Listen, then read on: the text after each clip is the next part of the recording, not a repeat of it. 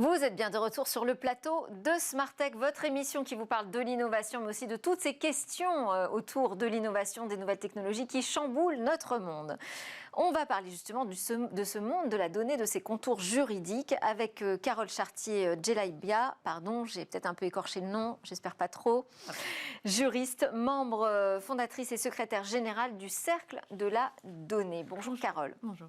Alors, ce monde de la donnée, que vous nous chroniquez d'ailleurs régulièrement dans Smart Tech et dont vous observez, vous, sous ses contours et problématiques juridiques au quotidien, il n'est pas toujours, c'est pas si évident qu'il soit synonyme de projet. Quand on parle de big data, d'intelligence artificielle, eh bien, parfois, on fait face à des craintes, voire à du rejet. Qu'est-ce que vous répondez, Carole, à la méfiance, en fait, suscitée à l'égard de l'usage massif des données ? Donc vous avez touché vraiment au cœur du problème, on va dire, c'est vraiment l'usage massif. Parce que l'être humain, il a toujours en fait appréhendé son environnement à partir des données, des informations qui l'entourent. Mais c'est vrai que par le passé, quand par exemple on utilisait, je sais pas, Excel pour traiter de l'information et qu'on l'extrayait, ça faisait beaucoup moins peur. Donc aujourd'hui, je pense que c'est vraiment cet usage massif de données, donc le big data, l'augmentation de la puissance de calcul qui font qu'on a changé d'échelle considérablement. Et puis donc du coup, c'est cette généralisation et le fait qu'on a l'impression que ça nous dépasse et peut-être qu'on perd le contrôle. Donc je comprends les craintes, elles sont parfois fondées. C'est vrai que certains parfois brandissent quand même des scénarios qui font penser à certains scénarios catastrophes d'œuvres de science-fiction. Et qu'il ne faut pas forcément progresser. Mais alors quels sont ces domaines où ça vous semble vraiment évident qu'on doit se poser ces questions sur ce recours massif aux données ? Ce qu'il faut garder à l'esprit déjà, c'est que la technologie en tant que telle, elle est neutre. En fait, c'est l'usage qu'on va en faire qui va être bon ou mauvais. Et si, plutôt que de rejeter en bloc ce progrès, on regarde, on va voir qu'il y a des progrès indéniables dans pas mal de domaines. On pense à la santé, puisque les données, le big data, c'est comme une manne pour la recherche scientifique, la recherche médicale. Ça va faire progresser, on va pouvoir prédire les épidémies, lutter contre les épidémies. Un exemple assez flagrant quand même, c'est en termes de diagnostic, par exemple diagnostic du cancer. Il y a une étude publiée récemment qui a montré que l'intelligence artificielle était, pour donc, diagnostiquer le lymphome, plus performante que l'œil du médecin. Donc ce serait quand même dommage de se priver de tout ça. On peut parler aussi de l'agriculture avec le défi qui va se poser dans les années à venir, vu qu'on prévoit d'être à peu près 9 milliards d'êtres humains sur la planète d'ici à 2050. Donc il faudrait faire progresser d'environ 70% la production agricole. Donc là encore, le fait de mettre des capteurs dans les exploitations agricoles, de pouvoir accéder à des données, de les traiter via l'IA, ça va permettre de gérer les ressources en eau, de gérer la fertilisation des sols, des choses comme ça.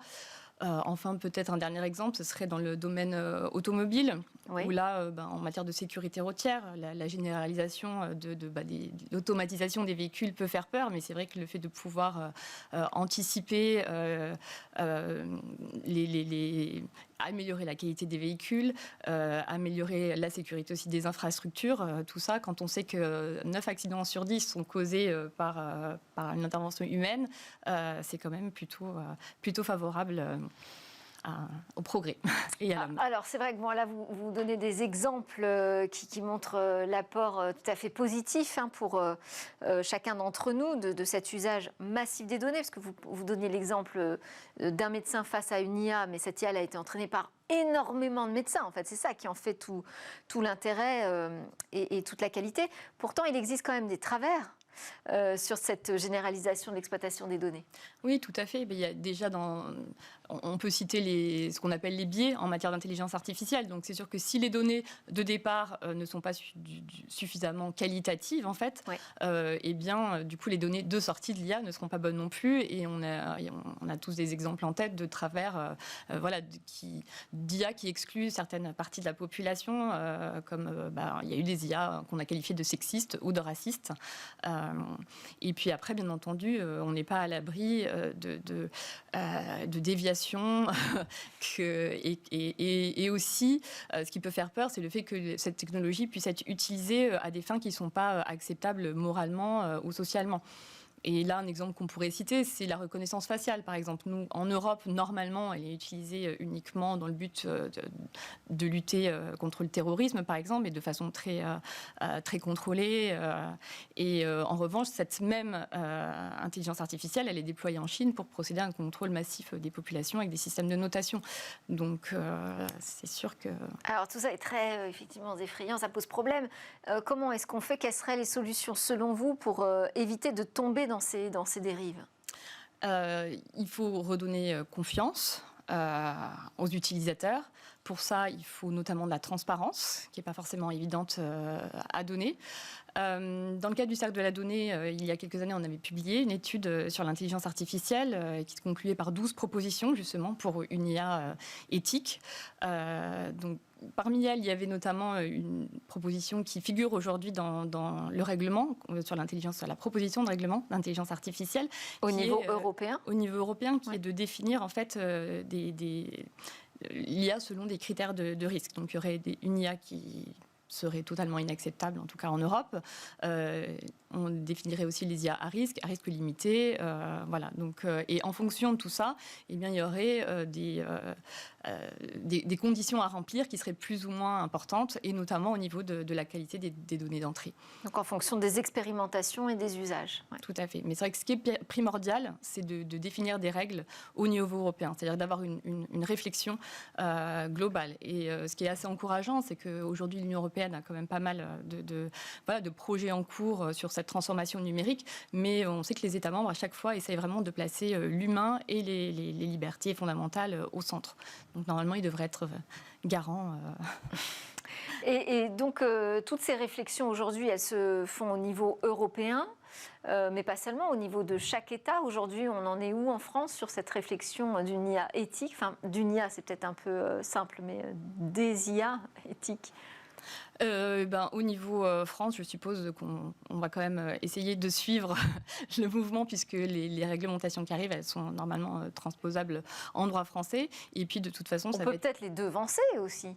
Pour l'instant, on est plutôt dans un cadre de moratoire. Quand on regarde ce qui se passe sur la reconnaissance faciale, on a l'impression que la France est très prudente, voire freine, hein.